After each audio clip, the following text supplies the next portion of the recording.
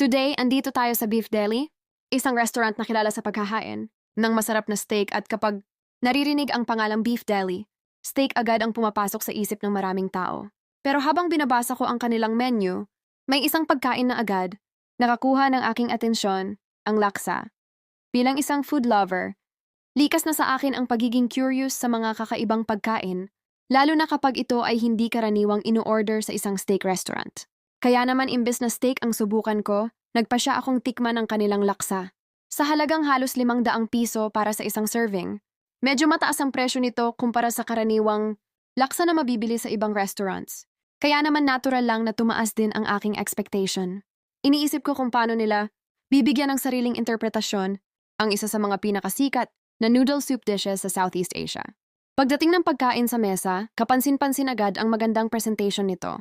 Mukhang premium ang mga sangkap at talagang pinag-isipan ang bawat detalye ng paghahain. Ang sabaw ay mukhang malinamnam at mabango, habang ang noodles at iba pang toppings ay nagbibigay ng masarap na unang impresyon.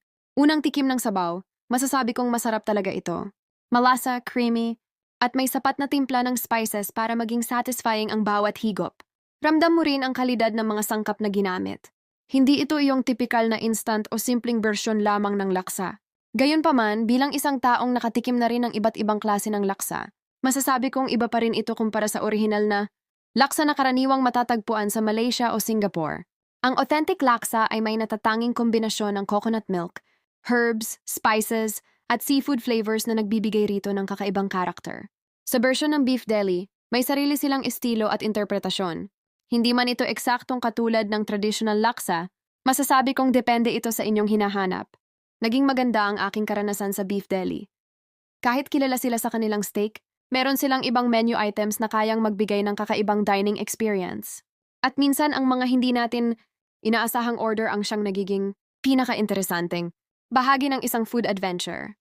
Ito ang isa sa mga dahilan kung bakit masarap mag-explore ng iba't ibang pagkain dahil sa bawat menu, may pagkakataon tayong makatuklas ng bagong lasa at bagong karanasan.